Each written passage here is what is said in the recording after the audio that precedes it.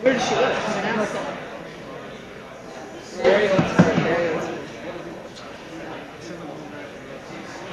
Well, I mean, the other thing that with the battlefields that I've gotten into. Oh, I think you've already passed it down. That's for me. That one's mine. Sorry, It's happening now. Look at all the things. You get the stack of goodies, but I just pass down my stack of goodies to you guys.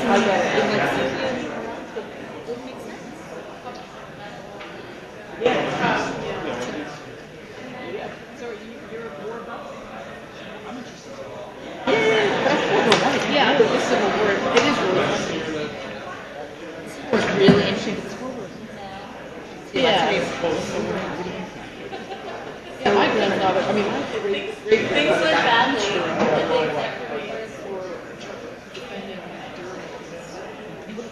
He was a judge.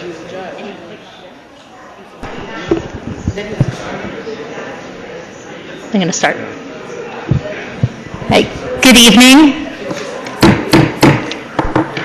Welcome to the meeting of September 8th, 2014. Please join me for the Pledge of Allegiance.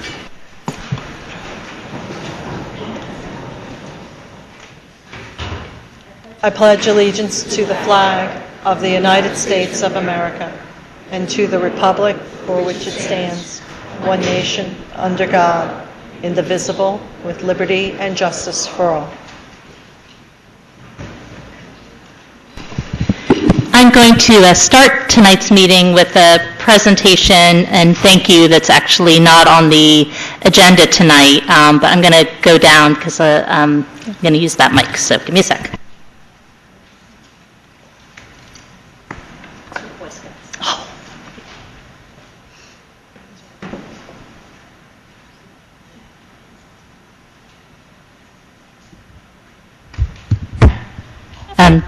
Just because I wanted to have all of our honorees come up with me. So many of you remember when one of the first controversial issues that Council grappled with after consolidation was the kiosks and how we were going to clean up the kiosks.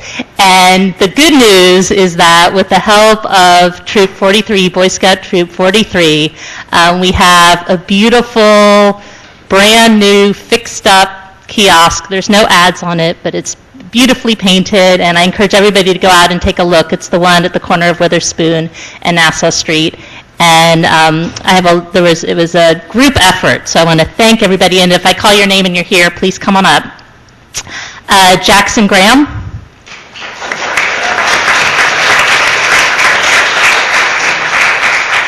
Paul Dunbar, Nick Burney III.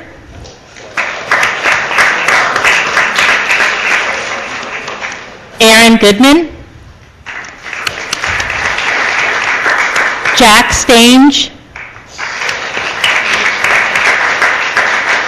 and Will Stang, Michael Rizuk, Charles Kreider, Elian Rubin, Charlie Lau, Yazin Ahmed, Uttam Rao, Anatam Prumal, Sinhan Swami, Nicholas Lapuerta, Zach Nishtar,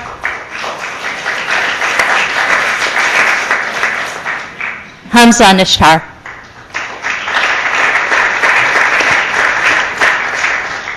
And this also couldn't be done without the help of the parents, so I want to thank Dave Reed. Are there other scouts that okay. Philip Trapson. Okay, and there's some scouts too that were not on my list. So who's? Philip Trapson. Philip Trapson. Dante Orlando. Okay. Giancarlo Felice. Giancarlo Felice.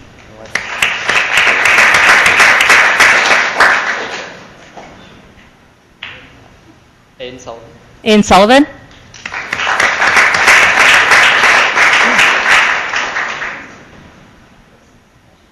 Ashwin. Hashwan.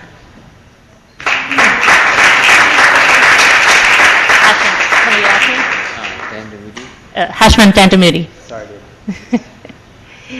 Okay, and I want to finish thanking all the parents, Dolores Reed, Tom Reed, Louise Sr., Ford Graham, Catherine Graham, Adrian Rubin, Doug Rubin, Marshall Friedman, and Matt Friedman. And thank you.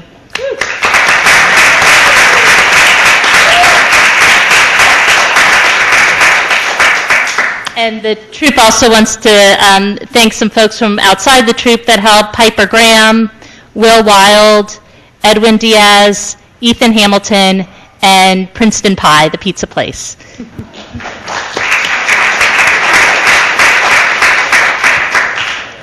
So on behalf of the council and on behalf of everybody in the town, thank you so much. This is really what Princeton is all about. We see a problem, get a group, especially of young people, together with a lot of energy and a vision and fix it up. So I'm sure everybody in the community can do their part to put a flyer up so it looks like the old kiosks, but a little neater and cleaner than before. And thank you again for your service, and thanks to Bob Brusheye too for seeing this through to a happy conclusion.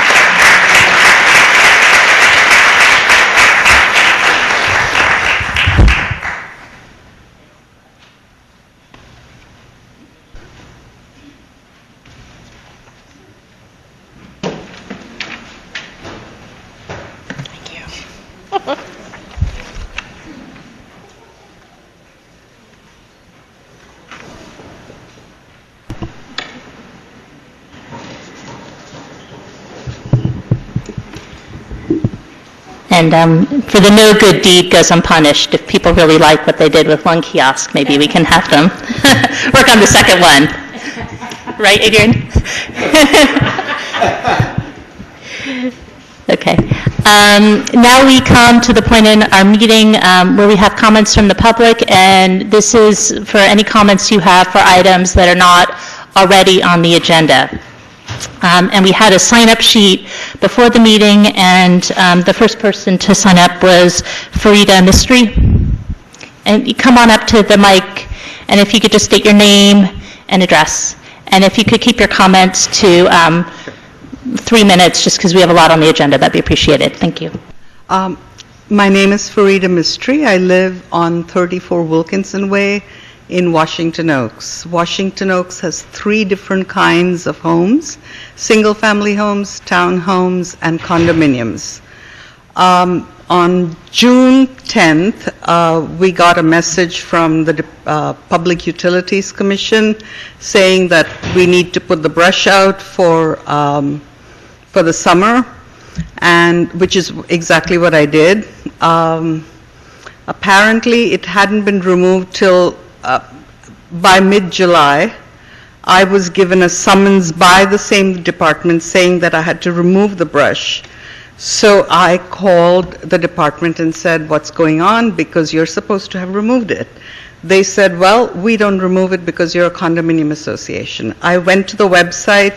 I have a copy of my address being on the route number 3.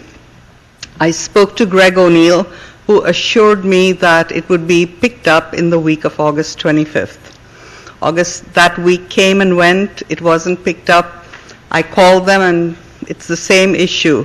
They claim that we're a condominium association. They don't understand what we are or whatever, but they're not picking up, and I would like to know why they let us know in words. I have a phone message, and I have a website that says that they're going to pick up. And so now why do I need to pick up the trash and bundle it and take it in my private car to some ecological facility? Thank you. Thank you. And we can certainly get that cleared up. I don't know if Bob Brusheye, you want to step in or not. My understanding is that the leaf and brush pickup does not happen at condominiums, and I think there might have been some confusion when we started to use our phone system to alert residents that there might have been numbers in there that shouldn't have been, but I'll defer to Bob if you want to help clarify. Well, I think you clarified it. Unfortunately, when we set up the mass dialing system, they did include that section in there as we mapped out the zones. So there is some confusion there. I'm unaware that it was on the website. If it is on the website, that's obviously a concern. However, we've had limited issues with dealing with the residents because there's no change really in the former township's policy as to how we've implemented that. So, I'll speak again with Bob Huff tomorrow just to make sure that we have all the facts straight, and we'll deal with it from there. Yeah, and I apologize too for the confusion, and certainly I think if we were informing you we were going to pick up and you got a summons, I think that was our mistake, but why don't we can handle this probably. I'm not here because of that. Okay. If what this gentleman says is true, I would like to know, and I would like to petition the council that since the single-family homes, which are right next to Wilkinson Way, are picked up, we're not a condominium. We're a townhouse complex. We're fee simple homeowners association, which is sort of the same thing as the single-family homes. We also pay our taxes. The police monitor our Wilkinson Way. They give us tickets if we're remiss in not parking where we're supposed to be parking. So if what this gentleman says is true, I would like to know, how does one go about changing the law? I don't know how to do that. This is a democracy, so here I am. Okay. We can certainly take that request to the Public Works Committee, but I think traditionally the condominium associations haven't been included. Well, just as a clarification, is it a public roadway? Is it?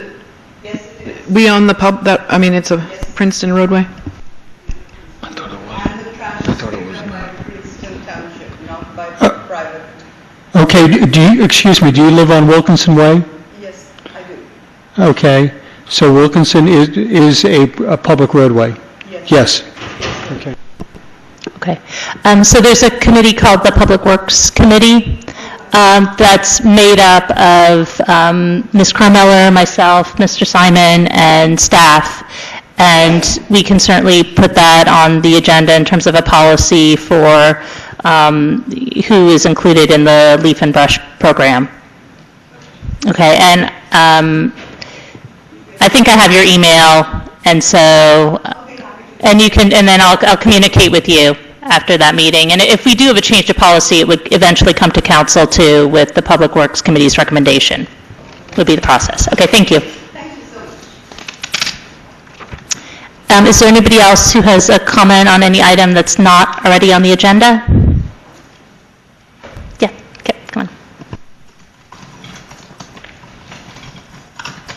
Hi, I'm Kip Cherry. I'm at 24 Dempsey Avenue, and I'm here tonight to announce a major event, September 26, 27, and 28. This is the first time that all of the historic sites in the Princeton area have worked together and actually coordinated a big event all on the same day. So on the 26th, we have a lecture at the library by an author named Tom Fleming, who is a very well-known American Revolution author. And that starts at 7:30. And then on Sunday, we have another major author, Arthur Lefkowitz, who's going to be talking about African Americans in the American Revolution. And Tom Fleming is going to talk about justice in the American Revolution. And then in between, all day on Saturday and some events on Sunday as well, we have all of the historic sites coming together, and it's going to be, I think, really cool. So it's going to be the Princeton Battlefield, it's going to be Morven, Updike Farm, Bainbridge House, Rockingham, the Princeton University Art Museum, Drumthwacket, and then the public library, and we're all working together. And this is really kind of exciting. What we're celebrating is the 350th anniversary of New Jersey. Now, you may say, gee, 350 years, that's a long time ago, and I don't think we were a state at that point.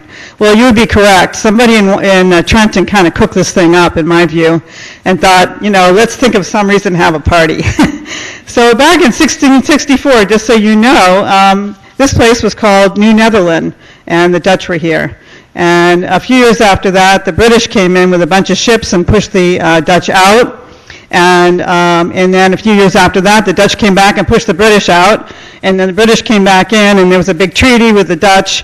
And so the British prevailed in the end. And the Dutch started the idea of religious freedom and began to advertise for people to come from Europe to the colonies for religious freedom. And the British continued that idea because the Church of England was the church at the time, and if you weren't under the Church of England, you couldn't practice a religion. So people came to America for freedom of religion, and that's how it all got started.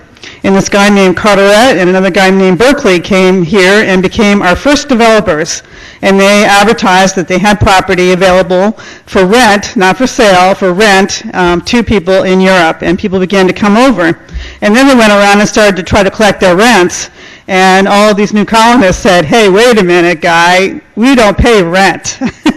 So that didn't go over real big, and so Berkeley sold out, and that's why we don't even know his name anymore. He sold to the Quakers, and Carteret continued and became governor, and he had previously been governor of the island of Jersey in the British Channel, and that's where our name New Jersey came from. So that's why we're celebrating 350 years later the creation of New Jersey. So please come out to all of our historic sites, come out to the battlefield. We're going to have artillery. We're going to have a display from the National Marine Corps Museum because the Marine Corps participated. The Marines participated in the battle and all kinds of other neat stuff. And we have a wonderful play, Shakespeare's Pericles. Probably none of you have heard of Pericles. It's one of his earliest plays, so nobody here has seen Pericles. It's a comedy. And there are going to be some wonderful Princeton University students putting this play on. So please come out to the battlefield and come out to all the other historic sites. Thanks. Thank you so much. And can we get links to this up on the website for people who are interested? Be great. Thank you. Okay. Is there a chance to comment on a resolution later, or does we Yeah, do when it we now? get to that Okay. point, I'll ask for comment. All right, and before we get to the resolutions, we have three presentations for tonight. The first is Sue Hoskins from the Princeton Senior Resource Center. Oh, there you are. And while Sue's getting set up, I just want to say one of the things that makes Princeton an exceptional town is our Senior Resource Center, and we're really lucky to have it here. It helps people age in place who want to stay in our community, and it's always impressive to see all the activities that are going on and the long list of great programming that you have. Microphone. You gotta turn it on. I'm just trying to find the arrow. I know, but where's the arrow? You have to open it. I clicked over here. It's gone. Oh, Did you find it? it was up there somewhere. It's gone. Bob! All right.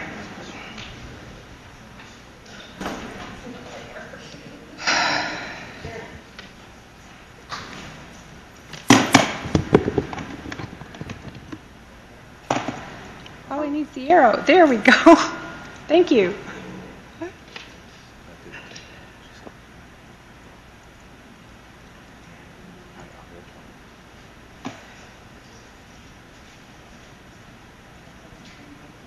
I know.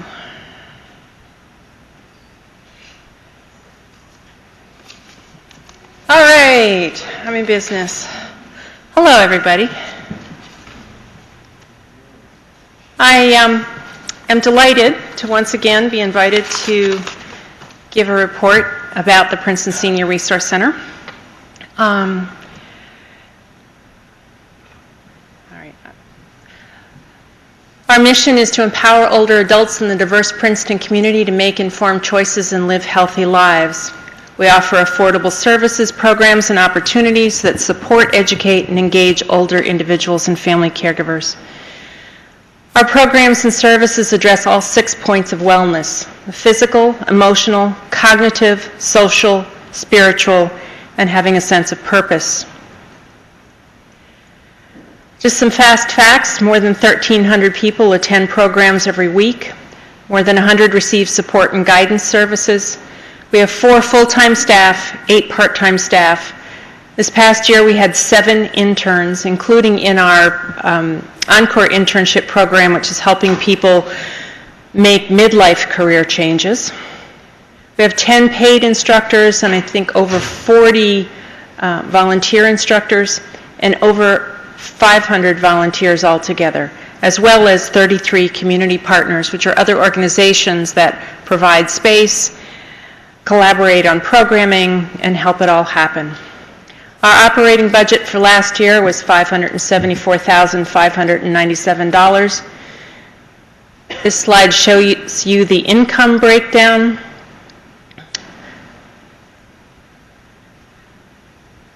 And I would make a note there that when I started more than 10 years ago, the government, the municipal grant, covered about 30 or 35% of our budget. But as we've grown, that percentage has gone down. And then in our expenses, 50% goes to our programs, 20% to the social services that we provide, and 30% to management and fundraising. And as I said in the last slide, we're increasingly dependent upon that fundraising. Our accomplishments in 2013-14 included updating the strategic plan, a revised organizational structure and new job descriptions, reviewing programs and space, renewed efforts to serve the diverse community, and continued development of our Partners in Caring Princeton program, which is our social service program, where we help people connect with resources and get the services that they need. No, I did not do that. Get the services that they need to age in place and make the transitions that they need to make when that's necessary. Some of the strategic issues that we're facing are dealing with space constraints, retaining a great staff. We have a fabulous staff, and that always needs to be attended to. Continuing to grow to meet demand, as we know that the older adult population is growing and the popularity of our program is growing. We need to grow to meet those needs. We want to be known and respected, and that continues to grow. I think a lot of people don't find out about our services until they need them. And every year I say that this is one of the important roles that all of you play. And when somebody comes to you and says, you know, I'm thinking of bringing my mom to live with me, and what do I do? How do I go about that? Where do I start? Where do I turn? And that's when you say, I know exactly where you need to go. So I think aging is a tough issue, and a lot of people don't like to think about aging, don't like to think that we are all aging from the day that we're born. And so oftentimes our materials sort of get pushed to the back of the pile until there's a crisis, and then people need to know that we're there, and we are there for people in this community. We need to continue to look at technology that supports our work. We need to continue to use best practices for governance and management of the organization, and we need to be financially sound. And let me just note, you know, I said we need these things. Need here doesn't mean that we're not doing these things. Need means that we're attending to continuously improving the way that we do things.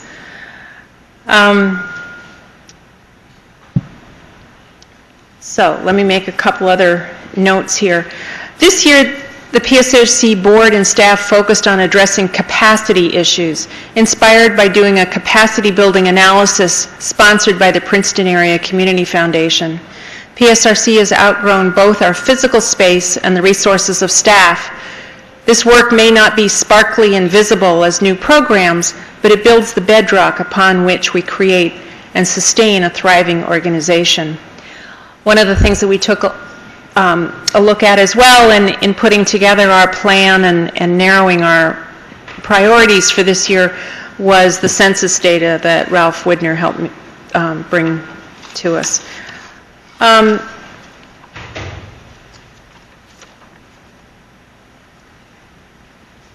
We had 2 successful fundraising events, the Capitol Steps and Brunch at Home, as well as a strong annual appeal. We were delighted to be remembered by several friends for memorial and legacy gifts this year. Other funding sources are our relationship with the municipality to provide services for Princeton and foundation grants. This support is critical to PSRC's stability and growth.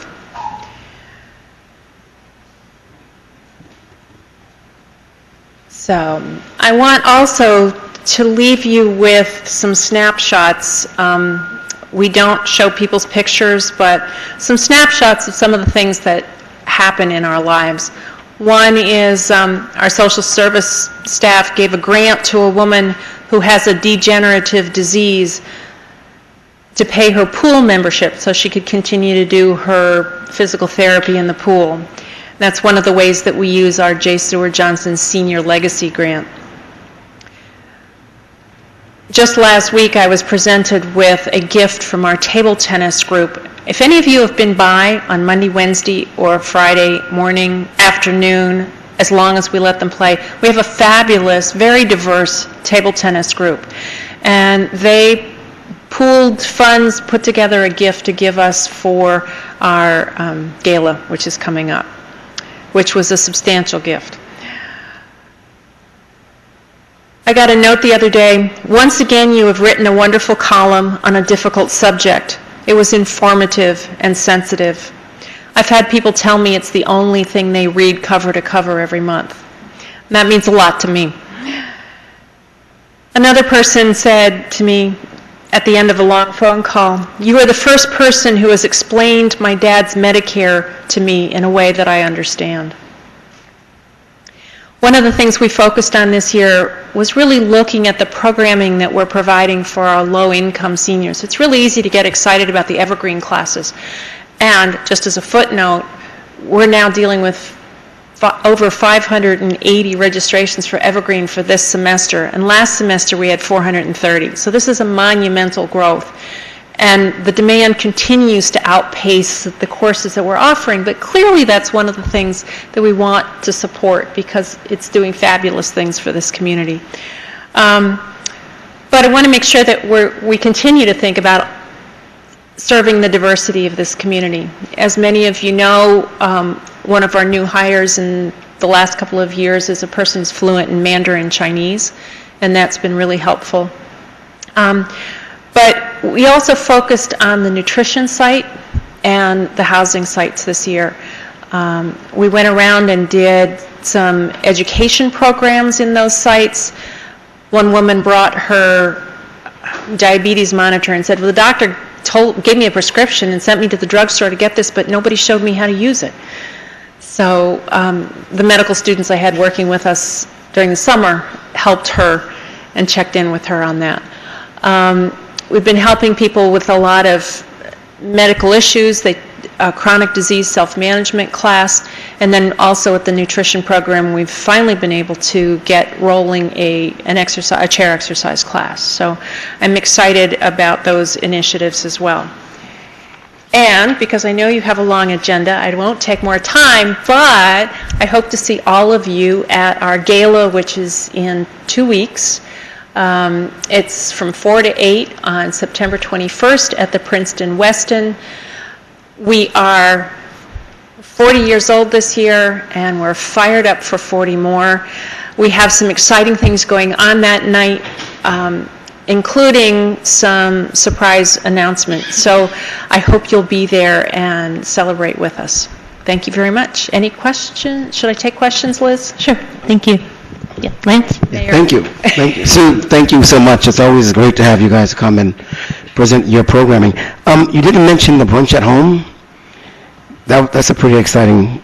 Is it brunch at home? Yeah, that was Yes. one of our two benefits this year is brunch at home. Well, I was going to mention it again. I love it. So Great. thank you so much. The other thing, there were two issues. One is, I'm a little concerned at parking, if you have enough parking in your location for events. Do we have enough? Never. Never. So that's something that can be on our Encourage people radar. to carpool. We encourage people to use the freebie. The Crosstown program is running fabulously. Sometimes you focus on the things that you're focusing on. The Crosstown's working really well. People do use Crosstown, and I do see some reduction in the use of Crosstown, which I think is attributable to the success of the freebie this year, as more people get to know it and ride it comfortably. So we do encourage people to carpool and all of that. But yes, our neighbors at Monument Hall will tell you that, especially once Evergreen starts, we fill a lot. Okay. Thank you. And we're grateful to Marvin as one of our community partners for letting us park in their lot when they're not filling it. Ms. Hart and Susan, I want to jump in too, and thank you. I'm so glad that you're here presenting because I think one of the challenges here is to make sure that people in town know that the services are available, and I personally became familiar with the great work you're doing when I was concerned for a neighbor, and you were really, really helpful. And the lesson I learned was wanted to help somebody access Meals on Wheels, and you've been helping me, and unfortunately because of federal budget cuts and sequester, it's become even harder to navigate some of these systems, and you've been incredibly helpful. So I hope that this today helps get the word out about the Senior Resource Center and how you can help people navigate what can be very complicated systems. And so great job, and thank you. You're welcome. And we're pretty tenacious too. So if you reach one closed door, come back to us. We keep knocking on doors until we find them one that's That's open. right. I asked Susan about Meals on Wheels, and we called one place, and they had a waiting list, and she said, well, call a different Meals on Wheels. And she helped us figure out how to you're right, we found another door that opened. Thank you. And I have a fabulous staff. It's not just me. Ms. Butler? I was going to say, I hope one of the surprise announcements isn't your retirement. It is not my retirement. Good. When I met with you in the spring, you were having some significant issues with water in that building, or a leaking roof, I think it was. You were getting or plumbing in the kitchen. No? Well, one of the things we had hoped would be done last summer was renovation of the bathrooms. Right. And that's still very much a need. And you were also talking about the possibility of expanding. Mm-hmm. And is that still something that you're very considering much working on? Mm-hmm. Yes. And that would be something you would be looking to do out toward the municipal building? Is that? Yes, Bob, and we're meeting about it. Bob and Kathy and I and board members are meeting about that later this week. Yeah, Friday. But yes, that is the direction we have to go to expand, because we don't want to compromise parking spaces, but thinking creatively about space. And one of the things that we're aware of is how much all of what we do is about building community. And that's something that the staff is really dedicated to, making people feel welcome, making people feel that they can come anytime. And because our classes have gotten so much larger, those little tiny rooms that we designed 13, 14, 15 years ago are really too small. So, for example, the area that was designated as a lounge has really become part of a larger classroom, and therefore we don't have a gathering space for people to socialize. And, you go back to those 6 points of wellness, and social connection is so important. So people may think, oh, I'm coming... I'll use the ping pong group as an example. You're coming to play ping pong, and they're out there playing a wicked game of ping pong, but at the same time somebody will walk in with a cake because it's somebody else's birthday.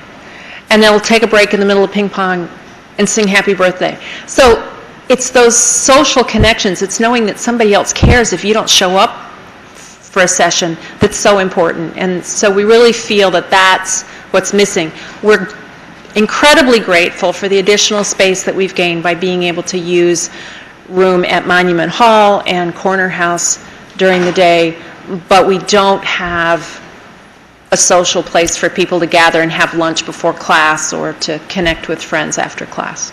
Great. Thank you. Thank you. Yes, all right. Thank you so much. You're welcome. We'll see you on the 21st. Our next presentation this evening is Access Princeton, and I'm going to call Chris Iliff and Deb Rogers. And this is a new program that I'm especially excited about. I think Council's excited about too, to help residents reach the municipality and for us to provide better, clearer service. So with that, turn it to you.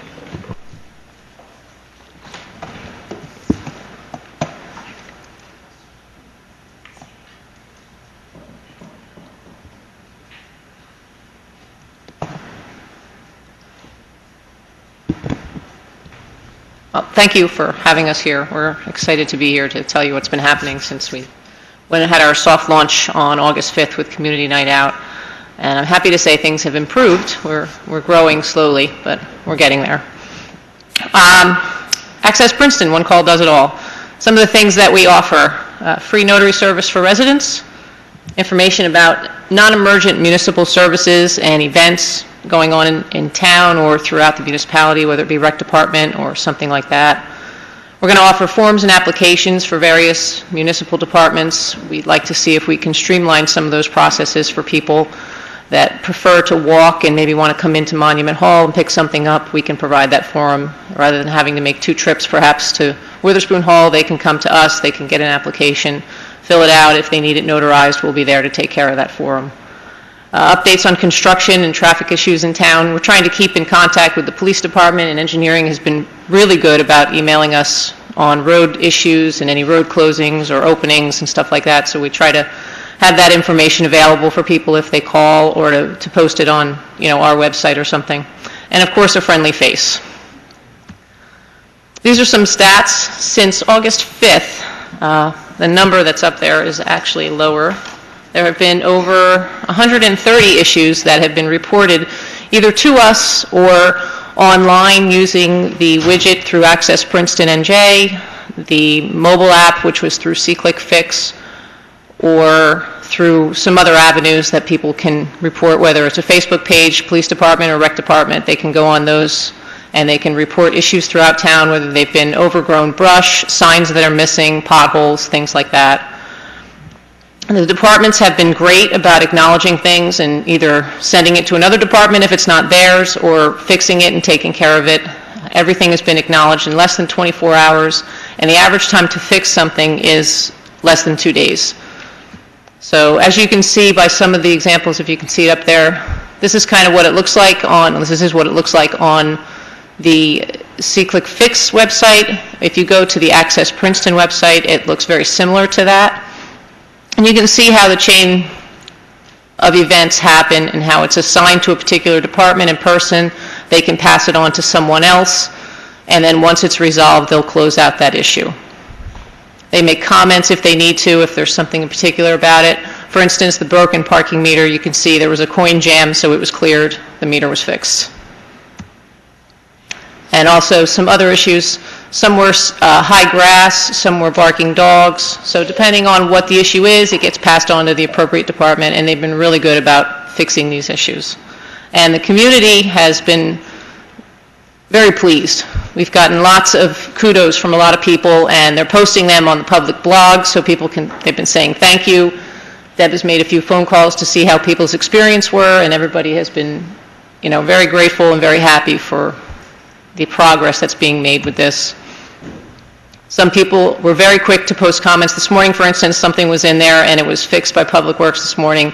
Before Public Works had a chance to go in and close out the issue, a resident commented and said, "They were here this morning, they fixed it, thank you very much." So that was great. Some of the ways that people can report things in town: accessprincetonNJ.gov. They can go to cclickfix.com and put in Princeton as their location. They can also access it through the Rec Department's Facebook page and the Police Department's Facebook page. There's a app, as you can see, it says See Click Fix. That would be right on the home page for either of those departments' Facebook page. Or they can call us. We're there Monday through Friday, 8 to 5, and we will be more than happy to take their complaint, their issue, or direct them to the right department. See Click Fix also has the abilities to send out reverse notifications. It's very similar to what the website does, whether there's a road closing, if there's an event coming up. Currently we have the Shred Timber Fest on there, and we have the Stand Up to Hunger on there. I think the Human Services is sponsoring that. Send Hunger Packing. That's the one. Send Hunger Packing. We have that on there as well. I know it's Sunday with Chef from a Philadelphia restaurant, Brian Duffy. But we have those posted on there. So anybody who's signed up on the See Click Fix as a user should be getting an alert when these things go out. So if anything more pressing would come up, if it was more of an emergent nature, we could post that as well if needed, or any of the road closings or something of that sort we put on there. Even if they're just temporary road closings, if we get the information from the police department, we can post it on there. That also is on Access Princeton NJ. .gov. There's also a database within the See Click Fix website for Princeton. There's over 350 questions and answers on this database. These are all obtained from the department heads, and people can go online, they can search for a question if they want to know something about municipal services. If they can't find the answer they're looking for, they can post a question and we can find the answer for them and put it on there. From the back end of things, we can track how these are being viewed. And you can see what questions are popular within people, what they're looking for, what information they want. Some of them, I guess rent control is a popular item in town right now. I have good news on this. The mobile app is actually available now. I just got an email today. So it's Access Princeton is the name of the mobile app. You can get it through the iPhone. You can get it for the iPhone and for the Android. So it is available, it is out there. I would double check the Android one. It may not be available till tomorrow, but the iPhone one is definitely there. I just downloaded it before I got here. We are gearing up for the official launch, which is the 18th at noon over at Monument Hall. Mayor will be doing a press release, and we would love to have everybody there. There'll be some refreshments, and you just have everybody come on in, meet Deb and I, and see where we are and ask any questions. Okay, thank you very much. Are there any questions or comments from council? Well, I think this is going to be a really transformative service for the town, and I'm really excited by it. So thank you. And I also wanted to thank Kathy Monza too, because this was really her brainchild and project to push through. So thank you, Kathy. And I think we're all going to be downloading it for our phones after the meeting. Please do. Not during. Okay, thank you.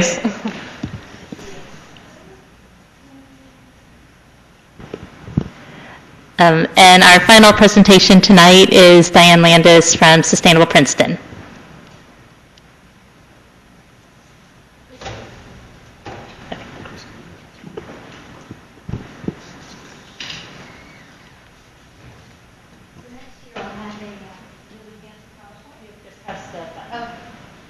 Next year I'll have a really fancy PowerPoint for everybody. This year I have my notes. And I've written it out so I don't go too long. This is Christine Symington, who is working with me in the Sustainable Princeton offices. And I just want to thank everybody for allowing us to come and update you all on Sustainable Princeton's activities. We're really grateful for your support, and we're really hopeful that the foundation we've helped to build in town, all of us, will really help to further reduce our energy use and our waste as we move forward. 2 years ago, Sustainable Princeton became a nonprofit organization, and we have an incredibly dynamic board of directors, 5 active volunteer committees, and at any given time on these committees and beyond, we estimate that we have about 30 active, skilled volunteers working to reduce energy and waste at our public schools, in homes, in the municipality, houses of worship, and other institutions. We have a lot of outreach via newspaper articles, advertisements, social media, and events, so we figure we've reached everybody in Princeton, which is really great. We've held 7 public events this past year, total attendance of 400 people. We have, I was just corrected, 853 Twitter followers, 500 member email list, and a growing Facebook presence at about 325 individuals. We received $15,000 from the municipality of Princeton, and of our $100,000 budget, the remaining is raised via foundation grants and individual donations. We're also really grateful to be provided with the office at One Monument Hall, which includes access to meeting rooms and has fostered really stronger ties with municipal staff and has really helped us on our daily basis with the work we're doing. We currently have 3 part-time staff members. 2 of us, Christine and I, are paid staff, and we're really lucky to have Bainey Surrey, who's back there. Wave your hands, Bainey. Who is an amazing volunteer and is in our office 4 days a week, with us every hour of the day. We are working to find a way to pay this very dynamic volunteer. We also this summer had 2 interns, so there were 5 of us in that office, and it was really lively in there. Woo. We got a lot done. Our goals are to reduce waste 50% by 2016 and energy 20% by 2020 in Princeton. And we're really looking forward to, in the coming year, having the council possibly pass a resolution to adopt this for the town. We've built real momentum, but one thing we've really learned over the past years is that people know sustainability is the right thing to do. So the next year, moving forward, and the work we've been doing this year is really about how to do it. That's what people ask us. How do I do it? I know I'm supposed to do it, but how do I do this? What do I do in my home? What do I do in the school? The library is asking us, how do we do this in the library? So everything we're going to be doing in the future is really about how-tos via education, outreach, and pilot programs. But before I go into the future, I'll look at just want to highlight a couple of the major projects that we completed over the past year. In energy, we completed 2 major pilot projects for residents. The first one was called housewarming. We provided energy assessments and simple energy fixes to 10 low to moderate income single-family homes in Princeton. That was thanks to a grant from the J. Seward Johnson Senior Charitable Trust. Materials and tip sheets and information about that program are available on our website. The second one, which is still in operation, is called Energy Smart Homes. We have extended this program through December of 2014. We've got good momentum. We wanted to reach 100 homes to do energy assessments or audits. We're at 136 homes, 23 of which have completed energy fixes to their homes. This program provides energy assessments by a company called Seal Power at a really reduced rates for Princeton residents of $49. So we're hoping that between now and December we'll up those numbers and more Princeton residents will get that the good deal. As part of Energy Smart Homes, we also, or Christine, created a video about home energy assessments that's available on our website, and we showed it at the Environmental Film Festival, and we show it off every chance we get. It's fantastic. It's very how-to oriented. It's called the Energy Pyramid.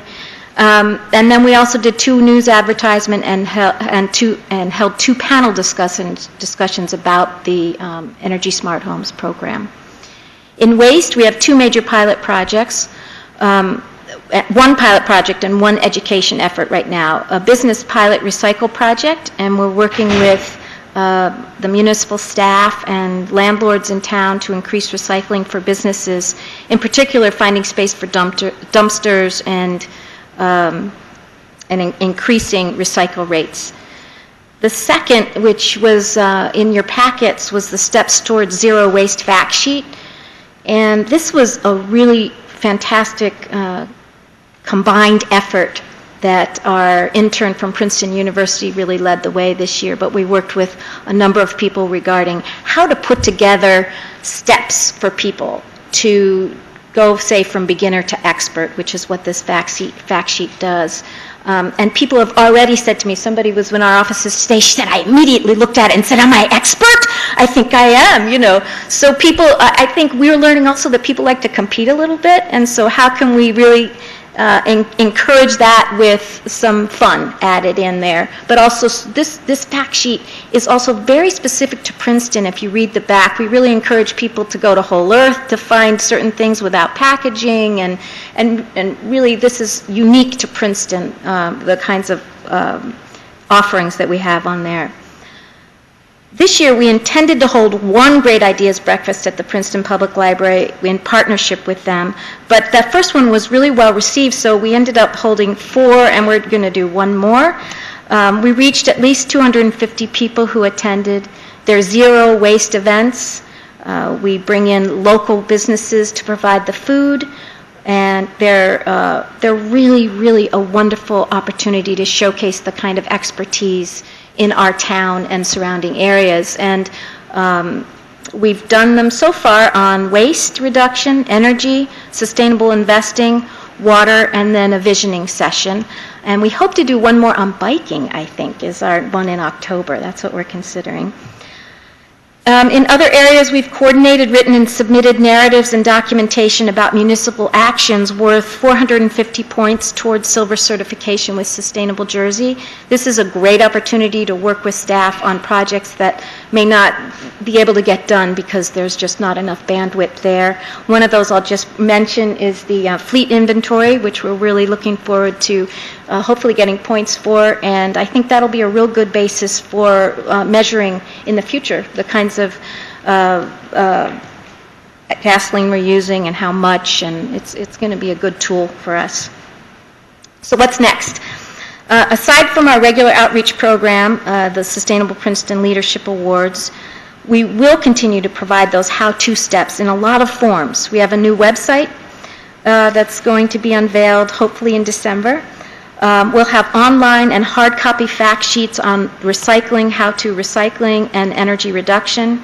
We're looking to do at least 2 new videos, a PowerPoint presentation. All of those are how-to. We're going to take it out, kind of dog and pony show, out into the world and really try to reach new populations, not just the choir, which sometimes is the case. And then one pilot idea we're developing is a 4-part Sustainable Princeton Leaders series.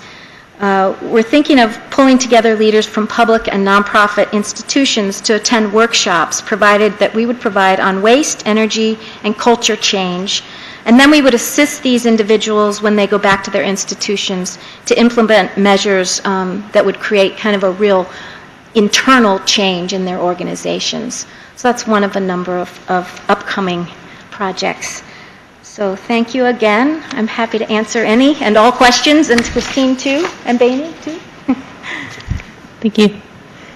Yeah, Ms. Howard? Thanks, Diane, and your team. I wanted to follow up on reducing waste and ask about what I think we would consider a very successful composting program that we have in town. But if you have thoughts on how we can make it even more successful, and especially how do we make it sustainable, which is a question of finances and getting enough involvement. Because I think the last report we had, looking to my colleagues here, was that we had close to 1,000 participants, but we want more and we need more for the program itself to be sustainable. And this is about creating a market and encouraging other communities to do it. We're sort of a leader, and in that case, a loss leader in this front. And so, thoughts, I'm just worried about how we maintain this and make sure it's sustainable, because it's something that we're rightly, I think, very excited about. Yeah, and we're a model in this town and in New Jersey, and I hope we can stay that way. Outreach is really critical in this program, and I would encourage more marketing, and we were really successful with some of the street-by-street competitions. Even today, Gail Ullman was in our offices, and she was saying how people go down her street and count the bins. So I think we really need to up the marketing. People love the program. People who are in it are invested in this program. I also think, though, there's still some specifics. I was at a party Sunday night, and somebody said, "Oh, I didn't use paper plates because you would have been mad." I said, well, you could have put the paper plates in the compost bin out front. And so even people who are already in the program just don't really understand what can go in there. And that way, we would increase our weight and our volume. So I go down and say, the street and say, put your weeds in, put your weeds in. I think I think we really just need a consistent marketing effort to get people to step up and sign up. But cost may also be a barrier. I mean, there's some people, that's my fear too, that the people who are willing to pay the fee have already signed up, and I don't know if we're going to be able to get a whole new wave of participants at the current cost structure. I think that's something we're going to need to talk about. And I know there are a lot of ideas in the works on that. I mean, I think also it's pretty staff intensive. Just watching Janet go through signing people up over and over again is a huge lift. And so if there's a way to, I thought maybe go 2 years, sign up for 2 years, make it easier so people could use credit cards. I mean, there's some things that could be done that would, I think, speed that up a bit. People wouldn't have to bring checks into one Monument Hall by foot. Got it. Thank you. Any comments or questions on that end? No? Well, following up on that, I'm not sure if it's you we should be asking or Janet about a facility closer to Princeton for receiving the organic waste, which would bring the cost down for the program overall and really make it sustainable. Are you involved in that effort, or is that something that really Janet is? I know that a lot of us are encouraging it, and Janet and Liz, I think, have been meeting.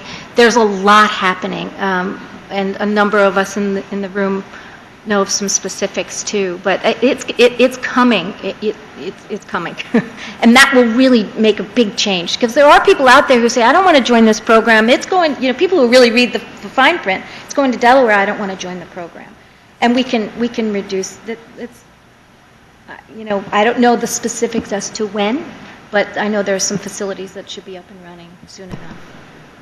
Thank you. Ms. Beller? On your expert list, you have host a zero waste event. Is that a thing now, or is that something you? It a thing. Yes. So because I think at one point we had talked about possibly doing that with the composting, having events where you would educate people about what can go in the composting. Yeah. Composting bins. A number of people have had zero waste potlucks. I know Matt Wasserman, who's in the room, had the 3 bins there, and as people came, it's really about one-to-one education at that point, and that could be really a great way to move it forward. And we're looking at ways that we can encourage more zero waste events. Okay, that's great. Thank you. And then you could be an expert on our list. I think Sustainable Princeton helped the municipality do a small holiday party for the staff at the end of last year that was zero waste. Yeah. Right, so that was... And didn't our 2 recent local celebrations also move in that direction? I don't know if they were perfectly zero waste, but we had reusable plates and... Yes, I think we now have some tablecloths from fabric from some local store that have made their appearance multiple times, which is a good thing. And actually, there is I think zero waste is just some kind of a vision. So a lot of ways we're talking about is moving towards zero waste or something like that, so people don't feel upset before they start. Okay. All right, well, thank you very much for the good work that you're doing. Thank you.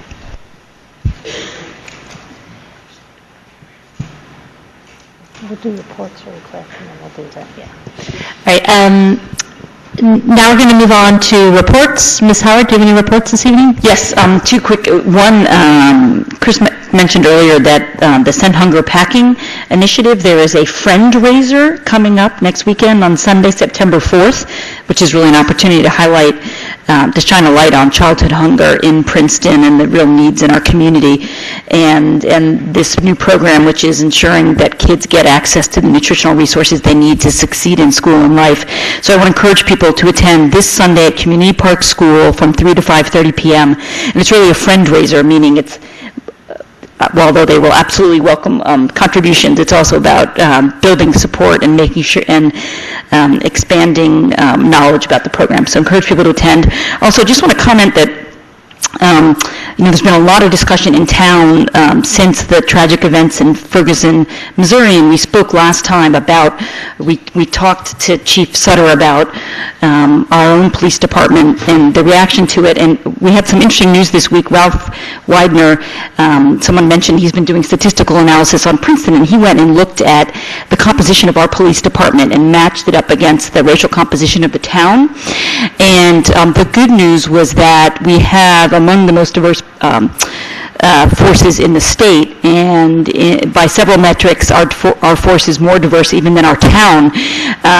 And of course, we always want to keep pushing on that front, but I want to recommend that we have Chief Sutter perhaps address this the next time he comes and maybe get into the data. But in terms of African American and Latino representation, we actually exceed the town's representation, and so that's a really important step and something I know that's a priority for all of us, and that we want to continue to push to make sure that our force reflects our town and everyone in it. So as we continue to reflect on the tragedy in Ferguson and the importance of having law enforcement that works with the community, I think we have many of the ingredients here for a model department. Ms. Gramar? Yes, I'd like to remind people or announce that the Advisory Planning Districts Task Force is holding a public meeting next Wednesday, September 17th at 7 p.m. And as you may recall from our presentation, that we're focusing on a neighborhood planning program. So the task force is looking to really brainstorm with members of the public, and we want to hear from people about what we could be doing to improve our planning process and include neighborhoods. Oh, it's here. It's at 7 p.m. and it's in the community room, that room down there. Mr. Moore? No reports.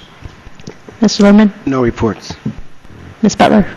I was just going to say briefly that we had our third summer with over 100,000 attendees at the pool, third summer in a row since the new pool has been open. So that's exciting, and we have one more weekend that the pool will be open from noon to 6, Saturday and Sunday. Mr. Sonning? No reports. Okay, thank you. I have a few reports. The first is, if anybody's ever wondered about county government, what the county does, what the Board of Freeholders do, they're going to be holding one of their meetings here in this room on November 13th at 6 p.m. And so I encourage, it's nice, I think if we have a big crowd who comes, I think it'll encourage them to put us on their rotation. And it's important for them to hear what's important to Princetonians. Second is, I just want to let people know that the council has been working on the administrator search, and we're still on track to name someone by the end of this month.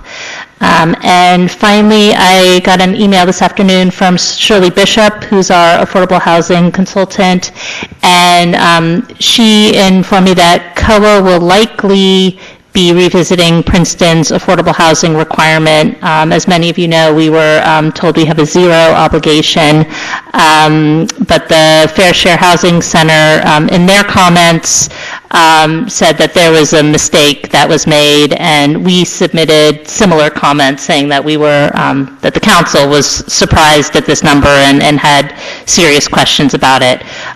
So we're not sure what the timing will be, but it's likely we will be getting back a new number that's probably not going to be zero. And are there any staff reports? Mr. President. Thank you, Madam Mayor. I just want to report that work is continuing on Edge Hill Road, and there'll be a neighborhood meeting here Wednesday evening to discuss the installation of a new water main on Edge Hill, and neighbors have been involved. I believe Mayor Lempert will be chairing that meeting. Are there any other staff reports? Nope. Okay. All right. Now we'll move on to resolutions, and I know there's a lot of people here, so I just wanted to get a show of hands who's here, who's interested to hear about what, and we can shift the order around a bit based on how many hands. So how many people are here for the mayor and council salaries? Okay. I'm going to skip over some of these, and if I miss one, shout out that I missed it. Who's here for the planning board to review the issue of converting front yard areas for off-street parking? Nobody? Okay. And how about for affordable housing task force? Okay. And did I skip any resolution that someone's here for? Yeah. Oh, Princeton Hydro, okay. Okay, so why don't we at least start with the Affordable Housing Task Force, and you all are welcome to stick around for the others too, if you so choose. So, Mayor, could I just say something?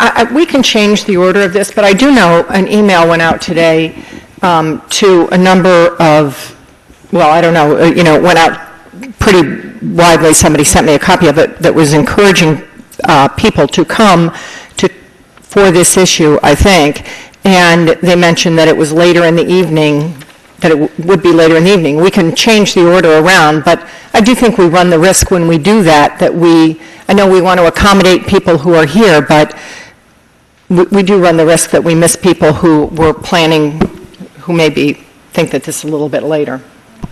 okay, well, I think there's enough people here where I think if people want to make comments that, I don't know what to say. I feel like I want to accommodate the people who are here. So, I also think it's late enough. I think sometimes that could be an issue, but I think most people probably got here by 8:15. okay. So, Bob, do you want to walk us through this resolution?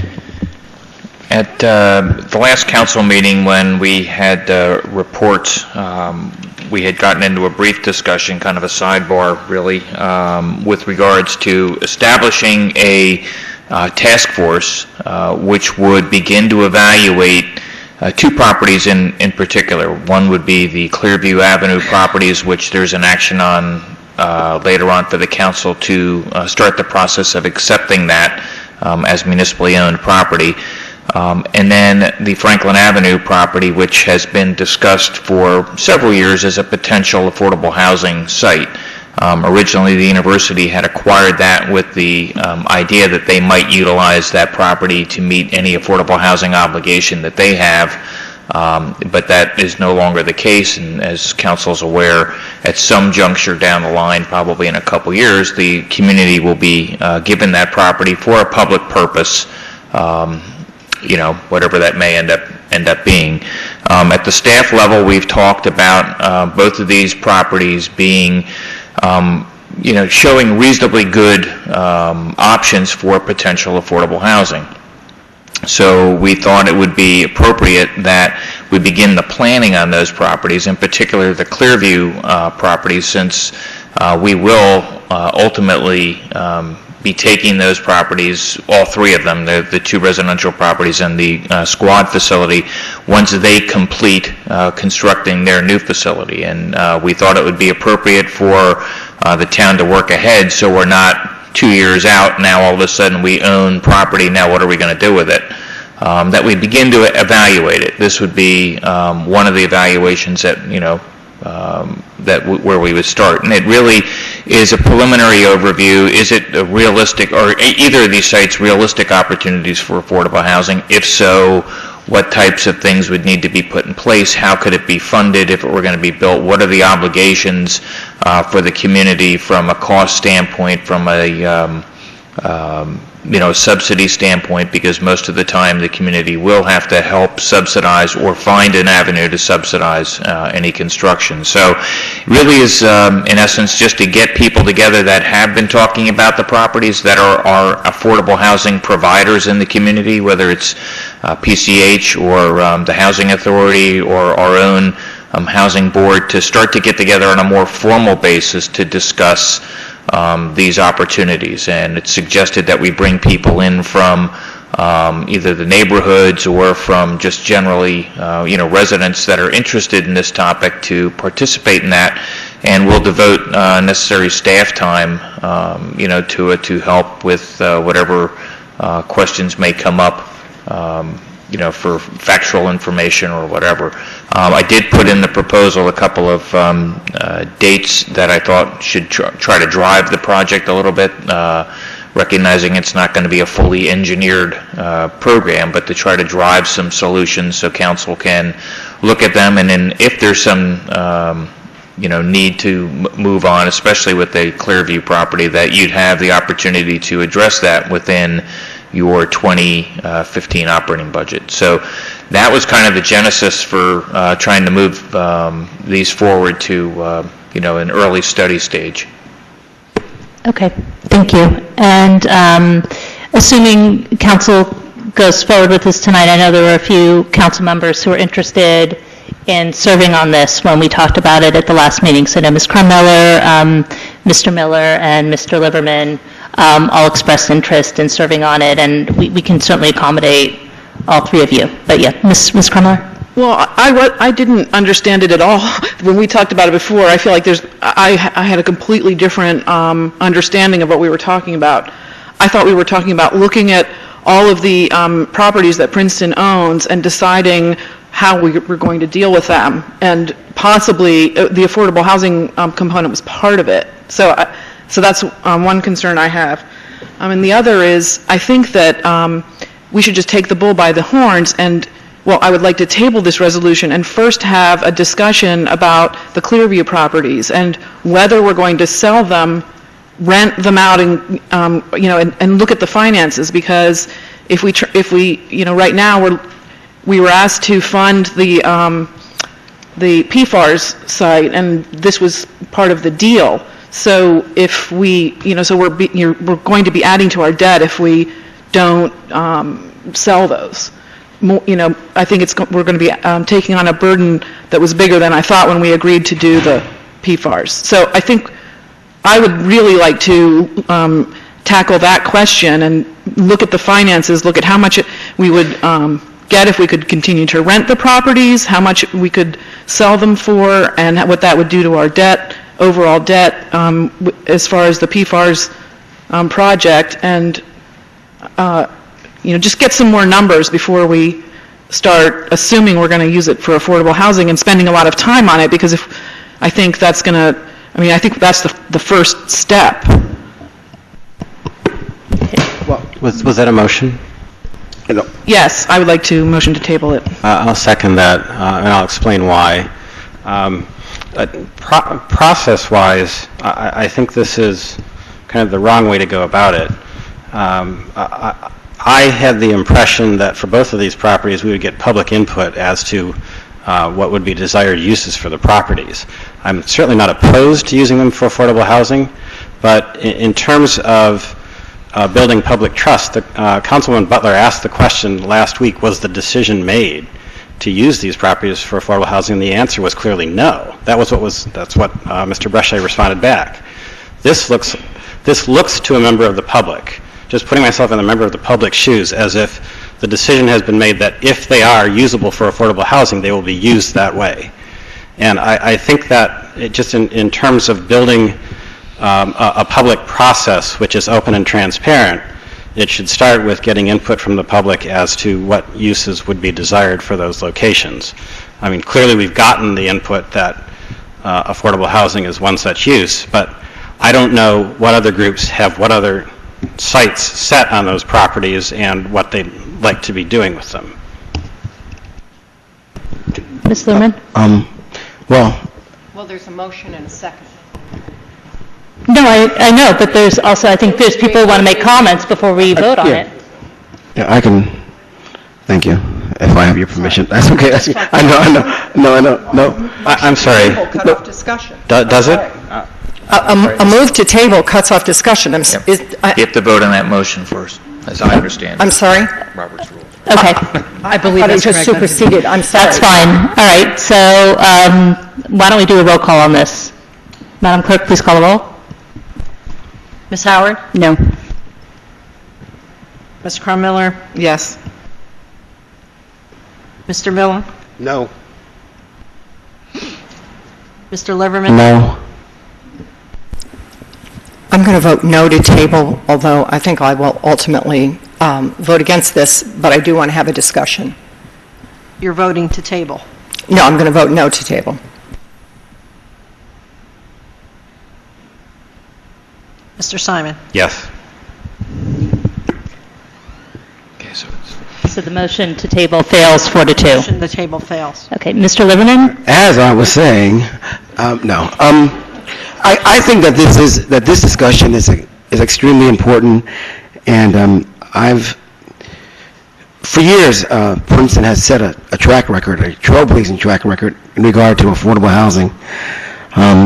I agree with everyone else in regard to looking at the finances. I think Councilwoman Quindler did bring up some interesting points, and I agree to that. But the task force that we have at hand, I was totally, it was totally informed that it was dealing with looking at affordable housing in regard, well, looking at the sites, the P4 site and the Franklin site. And then from our looking, we can bring back a proper proposal or a direction that we should go. But I want to be very, very, very, very careful, because sometimes when we say things, and including myself, it sounds like we're anti-affordable housing. It sounds like we're not in our backyard kind of speech. And I know all of us up here aren't that way. And I think that what I think that the most positive attribute is for us to have this task force to look at the possibility of affordable housing, if that's the case, and then to come back to council. And I don't see any problem with doing that at all. There's opportunities on all these sites that Princeton can benefit from. So I just said that I'm for it for the task force. I'm for it with moving ahead. And I just would like the whole council to be behind that. Okay, I want to hear from a couple other people, and then I think there might be members of the public who'd like to speak too. So if anybody would like to speak, you'll have a chance. So just Ms. Howard and then Mr. Miller. Okay, great. Thank you. I want to second Lance's comments that we've been talking a lot about affordable housing this summer in response to what many of us considered were the misguided COA rules. And there's been a lot of talk about how important this issue is for Princeton. And now we have an opportunity to not just talk the talk, but walk the walk. And given how built out this town is, we're not going to have many opportunities to find good sites for affordable housing. And I would not want us to lose momentum. And we really need to be moving forward. And this task force does not commit us to anything, but what it commits us to is moving forward and talking about what so many of us think is such an important issue. And I like the way the task force is structured, that it includes significant community input. So this is not the end of the process, really. It's the beginning of a process, and it'd be very collaborative. But I think it would be very important for us to, especially the timing seems propitious, given that we just heard that COA may be rethinking Princeton's obligation. And so I think it's a very good time, and so I would support Councilman Liverman's comments. Thank you. I'd like to suggest that perhaps the charge to the task force is defined a little too narrowly in terms of looking at only two specific sites as potential sites for affordable housing. I think in our master planning, when we looked for sites that might be suitable for open space, we looked community-wide and identified a long list of potential open space sites, and we've kind of worked through that as time has gone on, and we have acquired some of those sites. I think that by saying to the task force there are only two sites to look at, we're setting our sights, SIGHTS, a little too narrowly. And the task force ought to be charged with looking community-wide and identifying other potential sites for affordable housing, not simply restricting the view of the task force to Clearview Avenue and Franklin Avenue.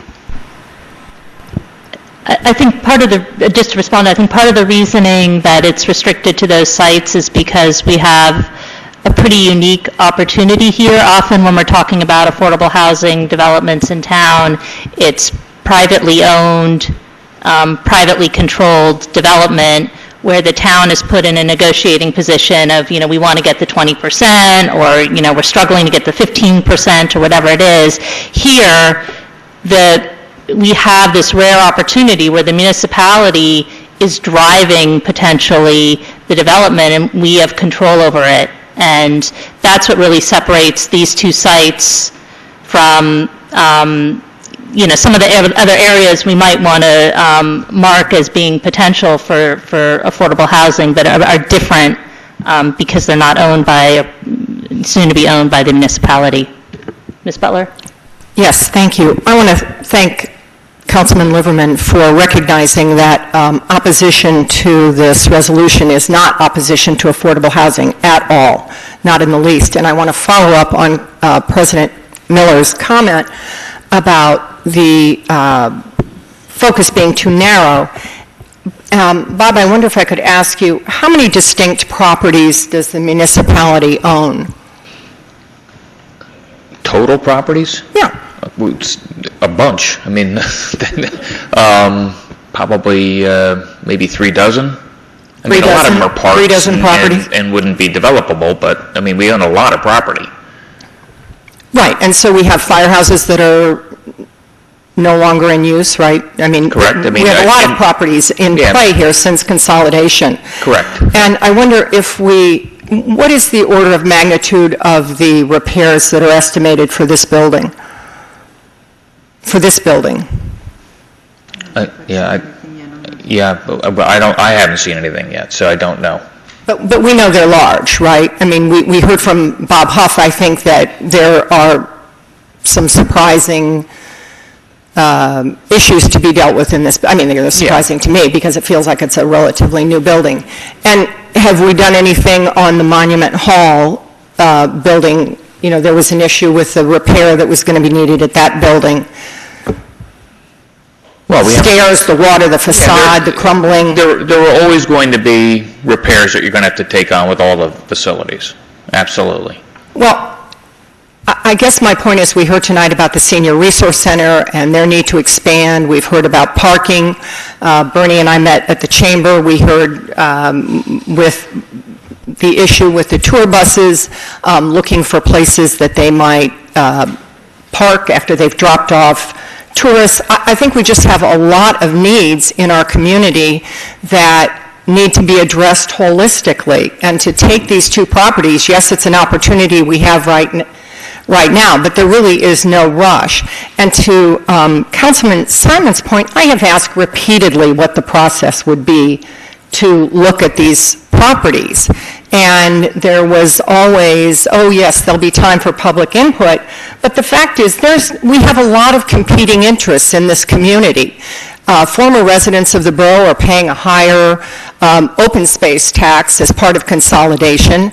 And there's no, you know, if no one on this committee is representing open space, it's not, the recommendation won't be that it's used for open space. And if there's no one representing rec on here, the recommendation won't be that it be a playing field. So I think we have a lot of competing uses in our community, and they're not all represented here. I really think we need to back up and take a more holistic view of all of the properties and all of the potential uses. And I was speaking to someone, I think the area over by the shopping center is zoned for senior housing, is that right? There's a big tract of land over there, former township that's, you know, so why aren't we looking at also if we think we're going to have an increased COA obligation. Maybe we will, maybe we won't. Maybe it'll be a lot smaller or larger than we think it is. So perhaps this is really premature to start looking at these properties. Maybe we need something else. Maybe we need to think about rezoning that the swath of land. You know, that's near a shopping center. It's right near, it would be near transportation. It would be within walking distance of a lot of services. So I really think that this is premature, and it's really, I ask about this repeatedly, so it's extremely disappointing that the way that this was eventually presented. Let me just try to answer a couple of things. Affordable housing and to deal with those issues, to me, is very similar to the way we dealt with studying recreation when we did a recreation master plan. We've done studies for the firehouse to tell us how many, fire engines you need. We're about to do another quick overview of that and what types of facilities they need. We've done one for public works. We've done them for every potential aspect with the exception of affordable housing. And where maybe my thrust was a little too narrow, I would agree with Bernie. Part of this is being driven because I think we have those two rare opportunities where the municipality does have the ability to potentially develop two sites should the numbers work out and the information work out and it fits into a capital budget. There are a lot of ifs, I'll give you that, but it's never been looked at as a single entity. We've talked about affordable housing, and so my thrust and the staff's thrust in giving this was really to utilize the abilities that we have, the various organizations in town that are very familiar with affordable housing, the needs, and I'll use the word needs meaning that, you know, we have waiting lists and so forth, and to look at this and evaluate the sites from that perspective, representing affordable housing.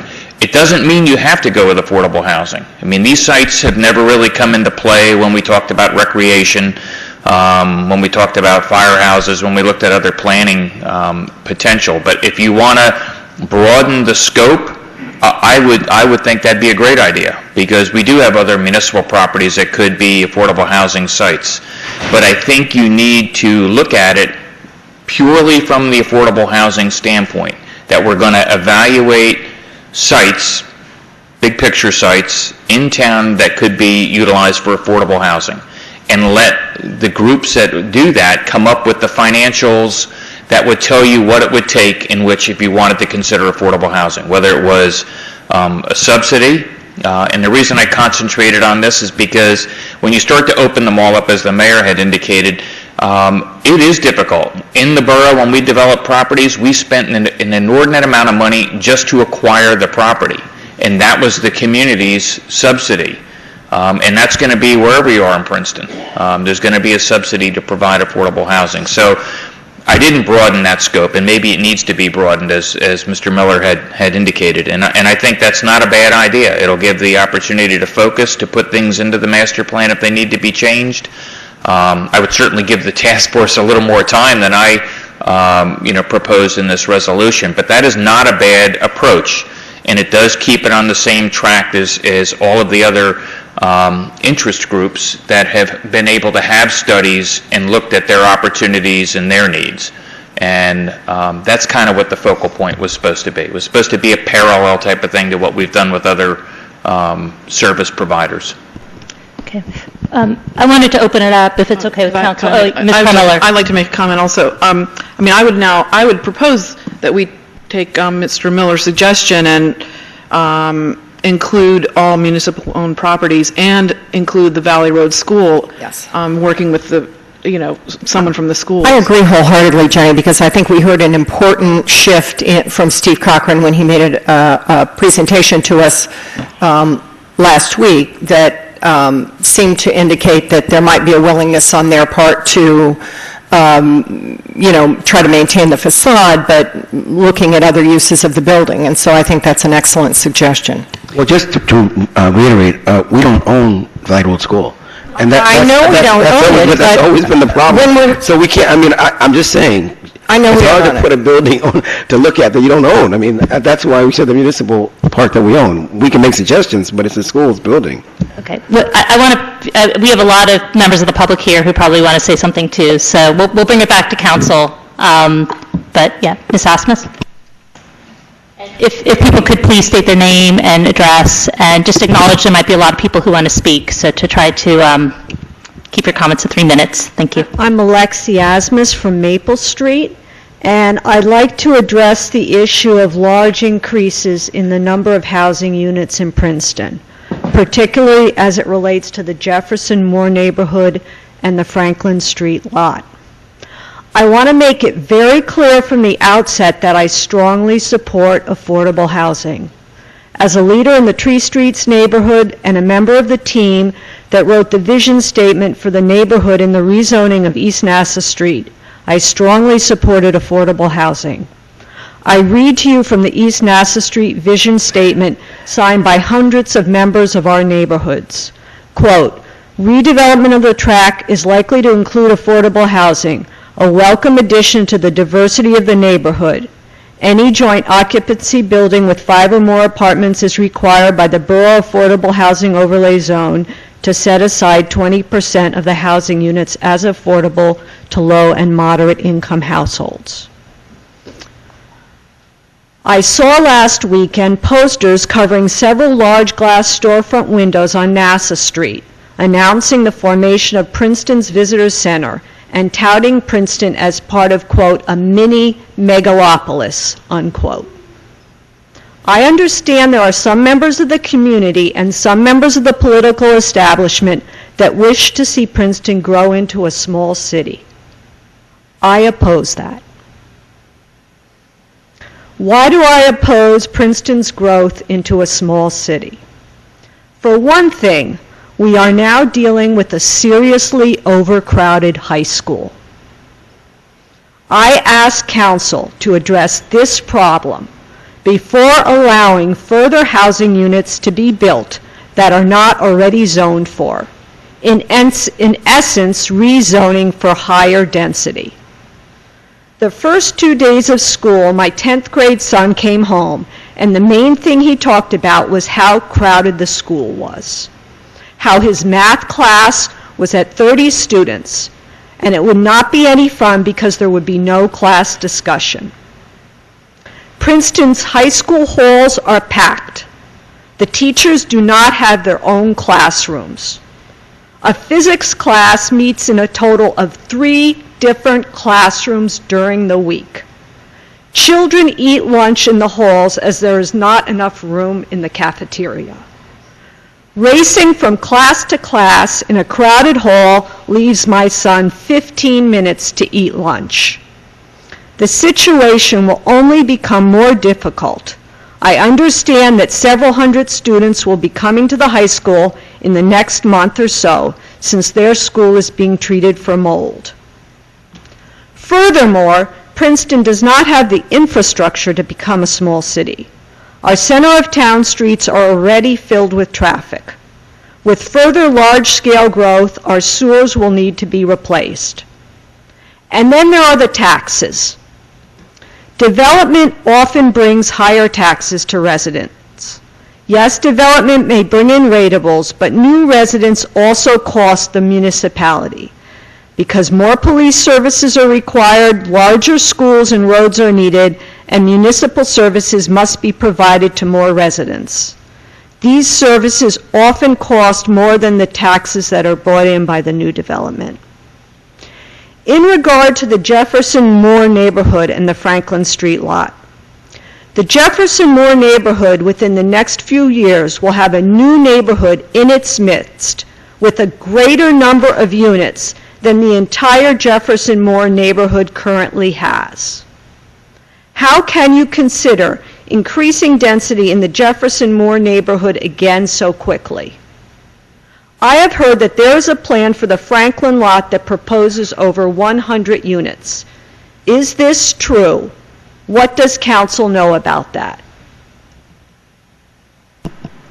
It's not a plan that is generated by the town, and we're the ones who, I mean, the nice thing about that lot, it's going to be municipally owned. So I don't know. This is the first time I'm hearing of it, if that makes you feel good. So I don't know. If you want to share something with us, you can. Okay. Thank you.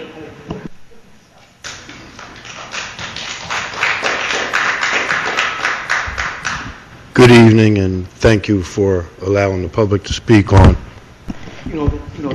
sorry, what I think is a And very... can you start with your name? And Oh, I'm sorry. My name is Leighton Newland.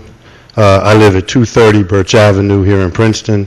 I was born and raised here in Princeton, educated at Princeton High School, and I have served on the Princeton Housing Authority since 1997, and the last 9 years I've been chair. Mr. Brusheye mentioned that this discussion about the Franklin Avenue lot has been going on for a couple years with regard to the present council. However, I just want to give you some background.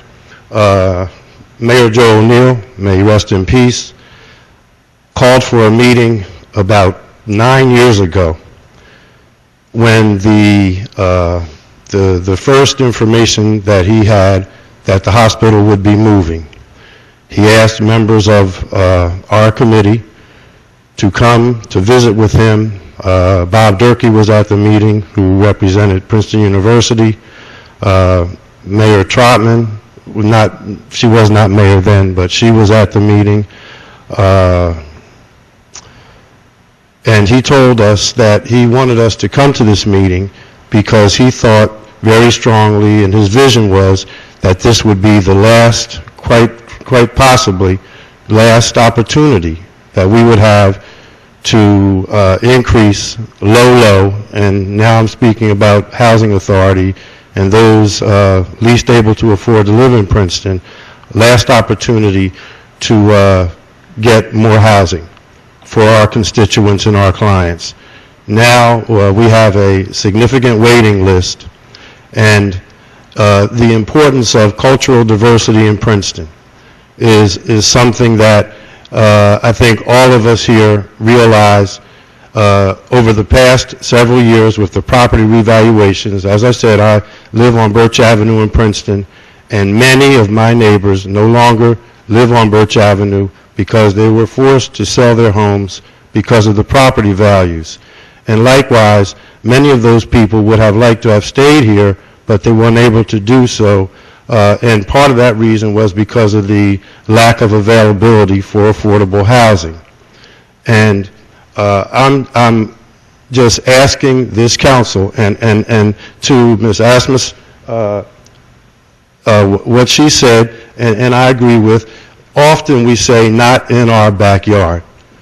And I also agree that Princeton, and we might be a little late because I think we are a small city now. And if you don't think so, just look at the traffic jams. But at the same time, this is all of our backyards. And the diversity is key component in this town. It always has been, and it should continue to be.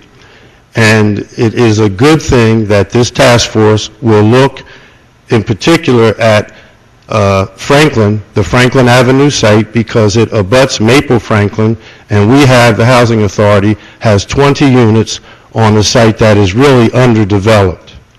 And we would like the opportunity to work with Princeton Community Housing on a joint venture. And we are currently in discussions to do just that, to build affordable housing in the area with regard to the Franklin Avenue lot. And our belief is that doing this and doing it well, and I just want to be clear, we are talking about eco-friendly and something that would be pleasing to the eye, not, I don't think, nearly as much density as 100 units. Okay, we understand the importance of the Franklin neighborhood. We understand the abutters, but the issue of affordable housing and to increase low-income housing with others is really critical at this time. And I hope that the council would take a good look and give strong consideration to the affordable housing there, and again, understand that it would not only be done, but done very well. Thank you. Thank you.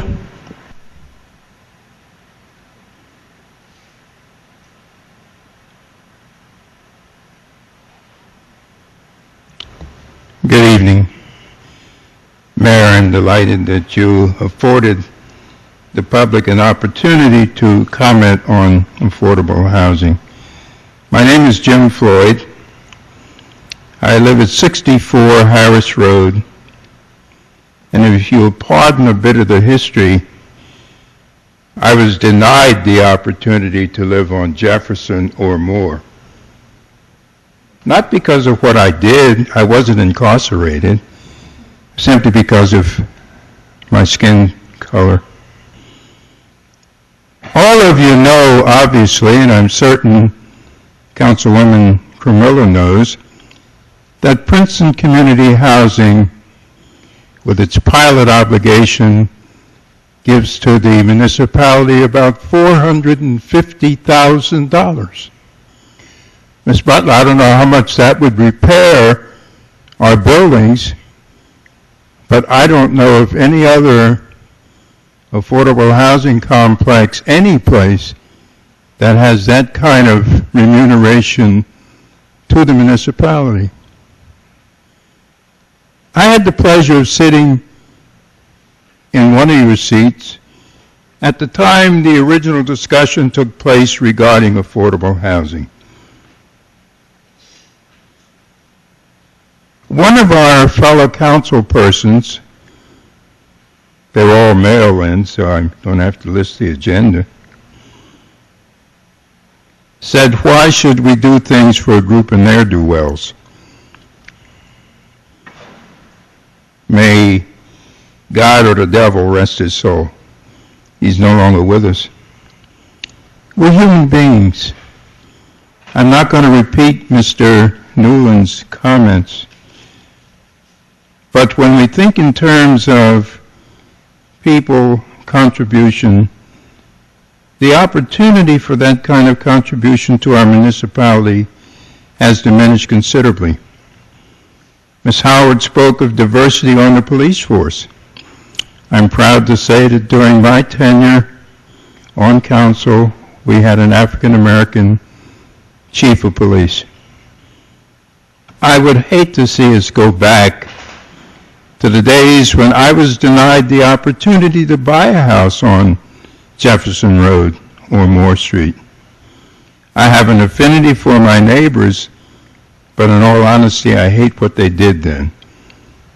Let us not be too hasty to say we don't want any more affordable housing. I ask the question, were it not for the affordable housing units in town, the Clay Street units and others, where would those people be? They are your fellow citizens, they are your neighbors. They do work, they are gainfully employed, and they do contribute to the community. When you think in terms of our Princeton Community Village complex and the number of young folk who receive scholarships mentioned because of their academic achievement, yes, they did go to Princeton High School and they didn't crowd anybody out. And quite frankly, they are not a group of ne'er-do-wells. They are folk who contribute to this municipality long before many of us even came to the municipality. I urge you to keep affordable housing on your agenda, and I'm certain that you will. Thank you so much. Thank you.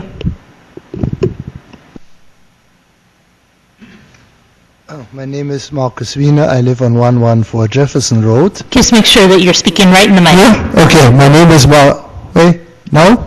Yeah, my name is Marcus Wiener and I live on 114 Jefferson Road.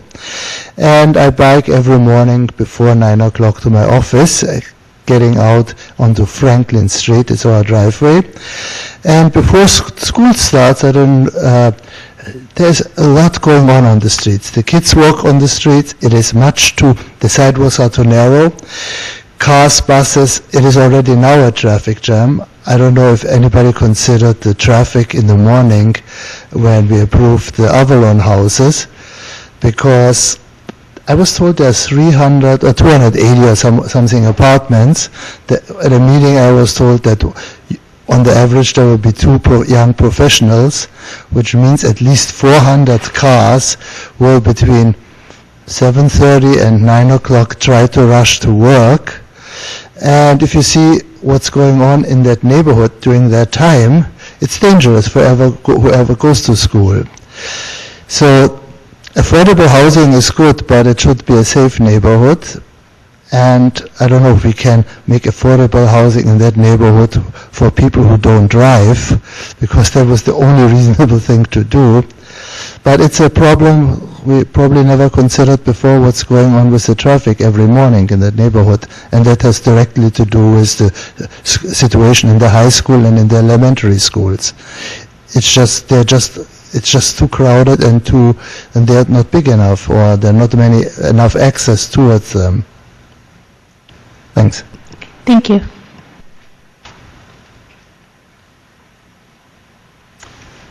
Dozier Hammond from Lee Avenue.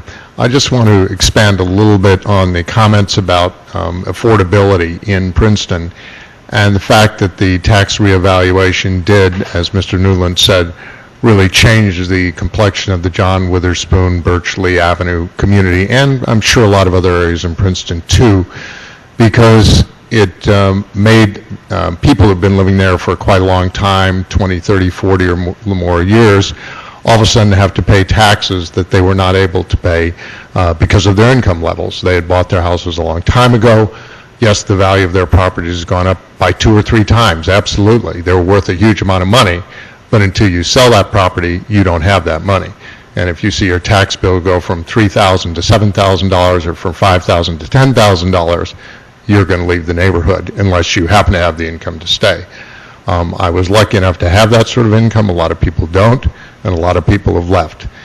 I do think that we should, and I share the view that having 280 new units in our neighborhood is going to make things a lot more crowded. It's not something I welcomed and that I would hope we could have stopped, but I think it was a very hard thing to do given previous decisions, and we had to go forward with it on some level or another. So I do see that we are going to have more crowding in our neighborhood, but I think it is very important to try to make a place for people who cannot afford to live in neighborhoods they could formerly afford to live in before 4 years ago, a specific time, have a chance to stay in Princeton. So I do think that we should consider affordable housing. It doesn't have to all be on Franklin. Maybe 100 units is too much. Mr. Newland said they were thinking of a combined, because there's already 20 units there. I don't know, maybe another 40, 50, something like that, 30, I don't know. But I would like to see more affordable housing there. And in the rest of Princeton so that we can keep this a diverse community, racially and economically, in a lot of different ways. But we're forcing people who are not well off to move out of Princeton. Thank you. Thank you.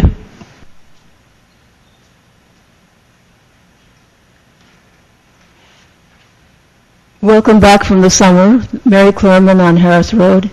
I just want to, I guess, echo Dozier Hammond's comments and the other comments that have come through here, that affordable housing is something that we all want to see. We all want to preserve diversity in Princeton. I'm concerned about the particular location because the density that seems to be being talked about is a problem for traffic and for infrastructure. If you're going to be putting in Avalon Bay, my understanding is that there are issues already with sewer and school and traffic.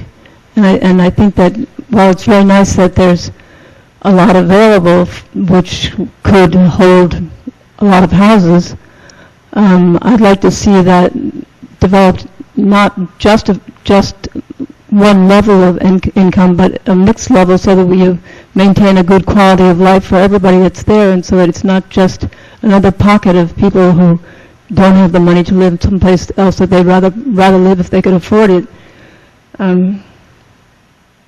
Yeah, and the other thing is that before the summer, I guess, the last discussion I heard here was about the lot that was flooded and the property that was being turned into a public area owned by Princeton because it was flooding and couldn't be built on. And I thought, gee, it seems expedient, the expediency of turning that into a park.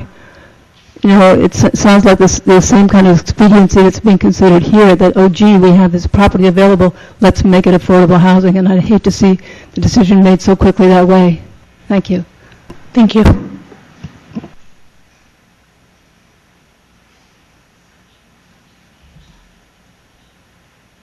Paul Driscoll, Harris Road. I'm addressing again the issue of density, particularly on the proposed housing unit for Franklin Avenue.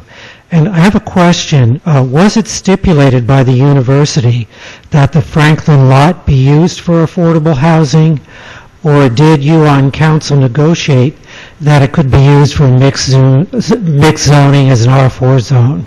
The MOU with the university places no constraints on the municipal uses for that property. So then you have options on how to develop it. We have options. It must be for municipal purposes, but that's ours to control. Okay, so thank you. Basically, I'd like to say that the Most of us have concerns about the density in an already crowded neighborhood. We know that the Franklin Street neighborhood historically has had about 4 to 11 units per acre, and that we're about to see a new housing project built just across the street with a density of 53 units per acre. Now, I know that most of you privately believe, and I haven't talked to each of you that much, but I can sense that quite a few of you on the council believe that that particular development, the Avalon Bay development, is perhaps an overdevelopment of the site. And I think many people have wondered how we ever got to that point in the first place. So why are we rushing to add more high-density housing in the same neighborhood?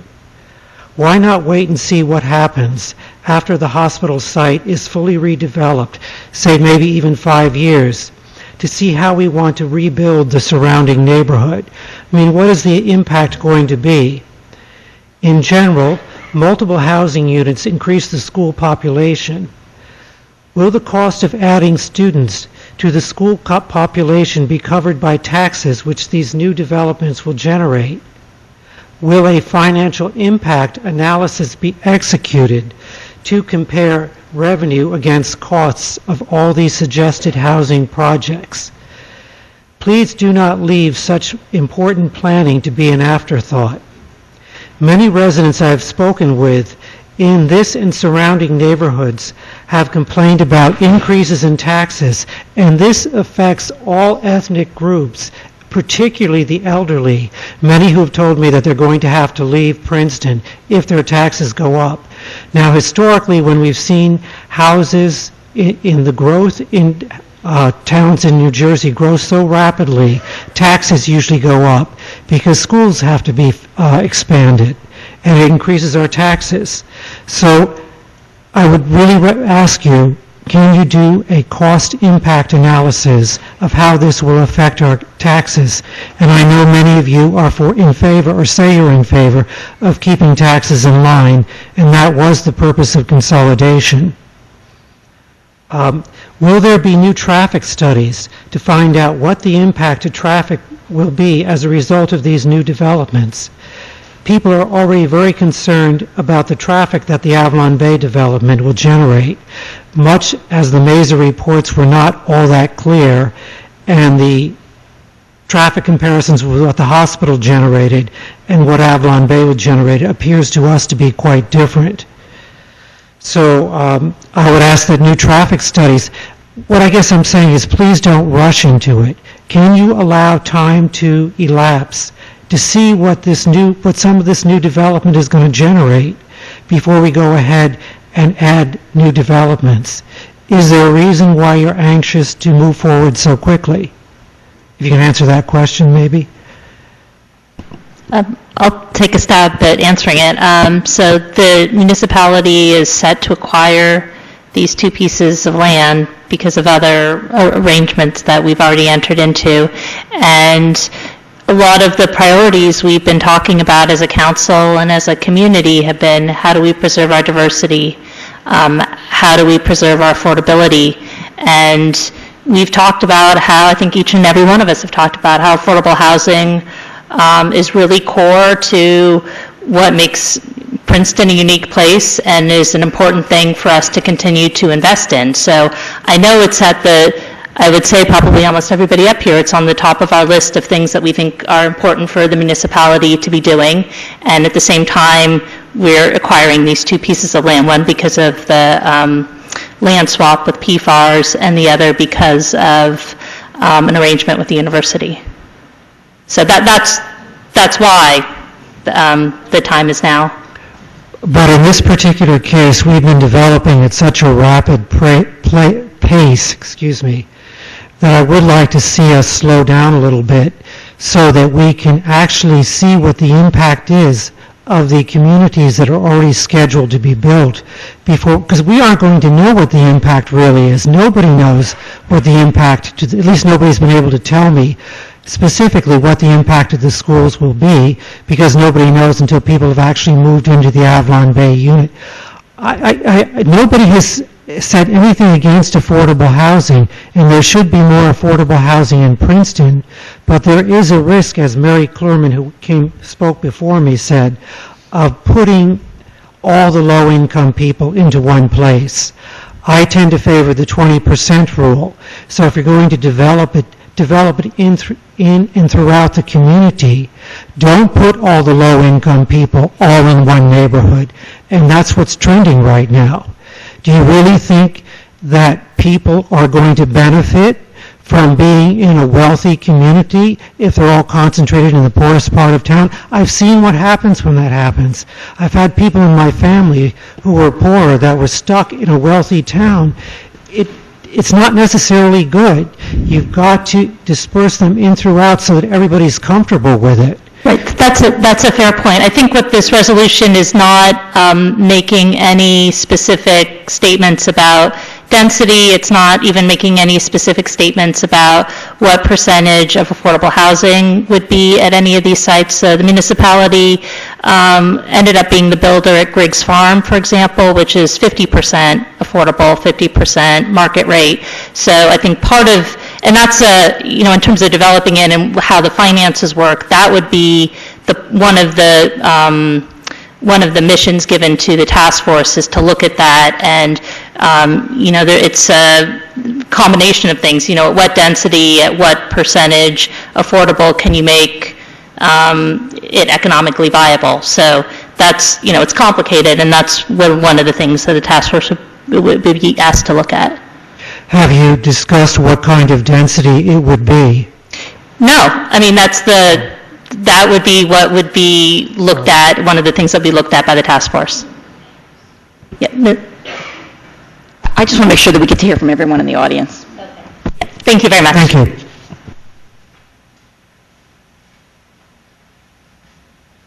Hi, thank you. Carol Golden, 575 Snowden Lane. I'm a member of the Housing Board for the town.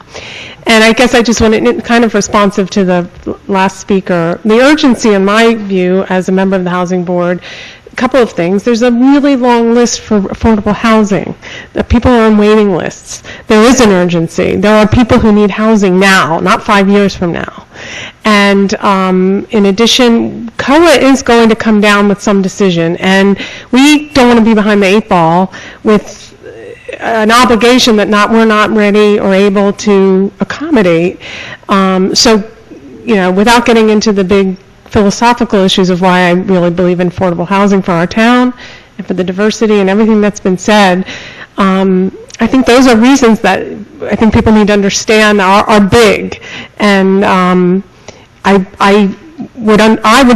I would think that it's the task force that would look at some of these more detailed issues so that we could, we'd have to look at it if nothing's been done. But if you don't have a task force and you don't take these 2 properties that have fallen into our laps and make it a priority to provide housing for everyone who can't afford it in our town, who are on these lists, then it's not going to happen at all. Thanks. Thank you. Good evening. I'm Daniela Bonafede Chabra. I'm at 44 Prince William Court and also a trustee on Princeton Community Housing Board.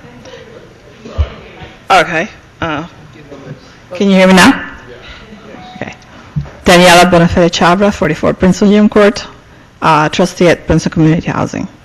I wanted to support what's been said before by Carol. There are thousands of people on our waiting list waiting now for affordable housing. In 5 years, well, they'll have been without a house or with a too expensive house, and they'll have to make do with something else.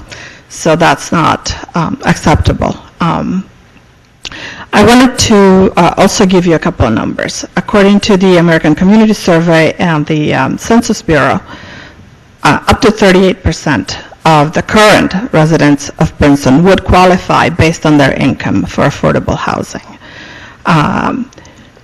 Some of them will move out because their taxes are too high, and we'll lose them. We'll lose the diversity that's both economic and ethnic. Currently, of the rental homes that are available in Princeton, only 7% are deeded affordable. That's the same percentage of homes that are vacant on a rotating basis as they change tenants. So that's just kind of the numbers we're faced with.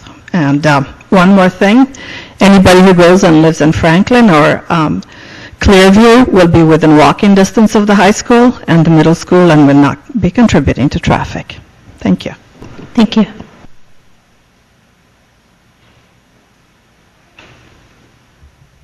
Good evening. My name is Ed Trusella.